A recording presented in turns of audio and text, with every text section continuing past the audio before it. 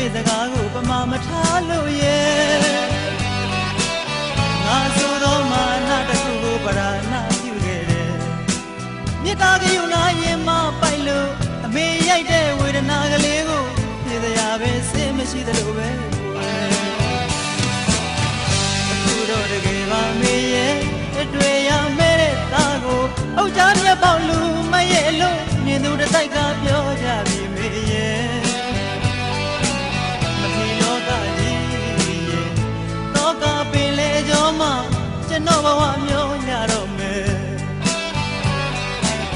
မေတကားကိုနားမထောင်အောင်လို့အမားနောင်လာတန်ဝေကတွေတာရင်မှလွန်မှုနေပြီတကယ်အမေစကားပမာမထားလို့အမားလေးညာခဲ့ရတော့သားရဲ့ဘဝကိုတနာလဲပါမေရဲ့အမေချစ်တဲ့သားကိုငယ်ငယ်တော့ငါဆုံးမခဲ့တယ်လို့ကြိုက်နေခါပဲဆုံးမပါအမေရဲ့ဒီမလွယ်အတွေ့တွေကြားကအမေသားလေးလွတ်မြောက်ခြင်းပြီတကယ်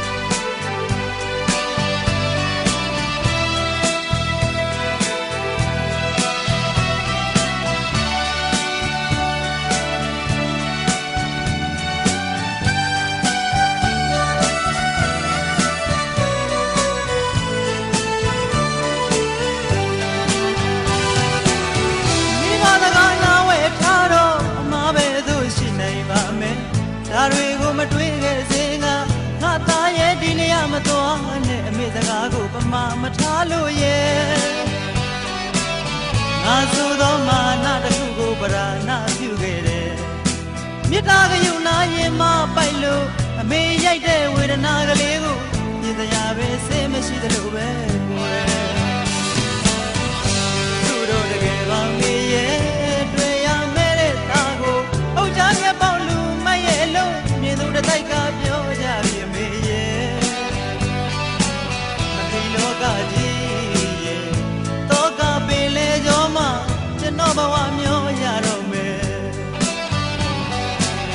မေတကားကိုနားမထောင်ဘူးလို့အမားနောင်လာတန်ဝေကတွေတာရင်မှလွမ်းမှုနေပြီတကယ်အမေတကားပမာမထားလို့အမားလည်းညာခဲ့ရတော့တာရဲ့ဘဝကိုတနာလဲပါမေရဲ့အမေချစ်တဲ့သား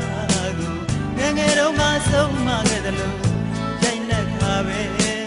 ဆုံးမပါအမေရဲ့ဒီမလွယ်